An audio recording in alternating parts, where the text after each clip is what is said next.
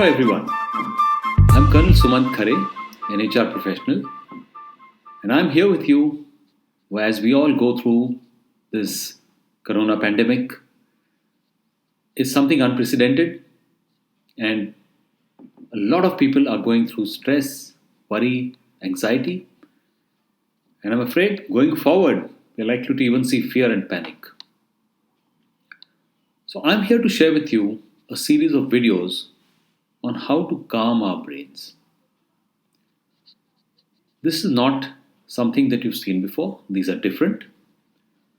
And these are different because I believe that if we have a greater awareness and understanding of how our brains work, we'll be in a much better position to calm our brains. So, what you will hear and see is very easy to understand. It's based on my learnings and understandings from the field of emotional intelligence, neuro-linguistic programming, neuroscience, behavioral science, and so on. That said, let's jump straight in. To help us understand this better, let's choose two reference points. So I'd like you to think about two dates. Firstly, the 22nd of March, when Janta curfew was announced, and then the 24th of March, when the complete lockdown happened.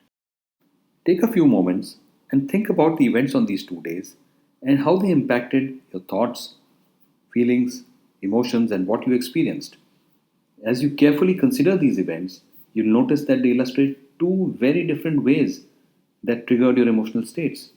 The first way was through your thoughts, which led to perceptions, because you became consciously aware of the situation through what you saw and heard on TV, and later on social media, which led to anxiety, worry, maybe even fear and panic.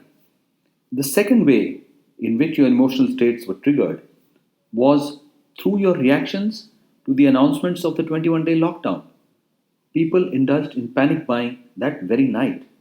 So, how did this happen? It is because anxiety was initiated by two very different areas of our brains, the cortex and the amygdala.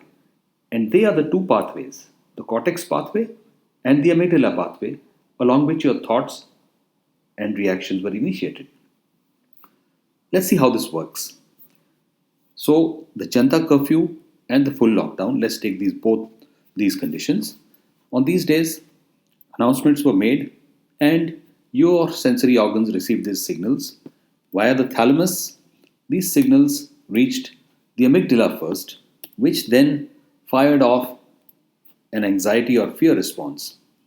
They also reached the cortex, mind you, albeit a fraction of a second or maybe even less than that later, which also either initiated or probably contributed to the anxiety response. So, it's important to understand that the cortex on its own can only initiate a response, whereas the amygdala is absolutely necessary to trigger an anxiety or a fear response. Now, having seen this, it's important to recognize these two pathways, and handling each in the most effective manner is what is essential to managing all our emotional states. So, for ease of understanding, when I mention fear, I would also mean that to be panic. And likewise, when we talk about anxiety, I also mean worry, stress, apprehension, and such other emotional states. Now, anxiety is a complex emotional response that is very similar to fear. Both arise from similar brain processes and cause similar physiological and behavioral reactions. Both originate in parts of the brain that are designed to help us feel safe and deal with danger. Now, let's see how anxiety and fear differ. Whereas anxiety occurs in the absence of immediate peril or any danger, and many of us would be able to relate to it to the period prior to the 24th of March. Fear, on the other hand, is typically associated with a clear, present, and identifiable threat, which many of us might be experiencing post the 24th of March. And we are seeing this manifested in the fight, flight, or freeze response. A lot of us would have been observing TV, listening to the news, and you will be able to connect the dots when I say fight, flight, or freeze responses. So, having understood anxiety and fear, I would now like to build upon an understanding of the roles of the cortex and the amygdala. First, the cortex.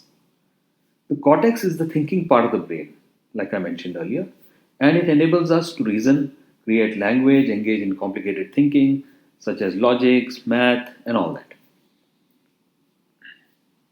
Thoughts originating in the cortex may be the cause of anxiety, or they may have the effect of increasing or decreasing anxiety. And in many instances, changing our thoughts can help us prevent the thinking process from initiating or contributing to anxiety.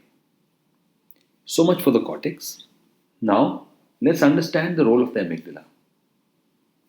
The role of the amygdala is to attach emotional significance to situations or objects and to form emotional memories.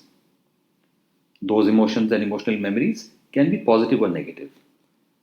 Now, if you can relate this part to the last few weeks that we all have been experiencing, you'll understand that you've been through some emotional experiences and some situations which have now created emotional memories in your brains.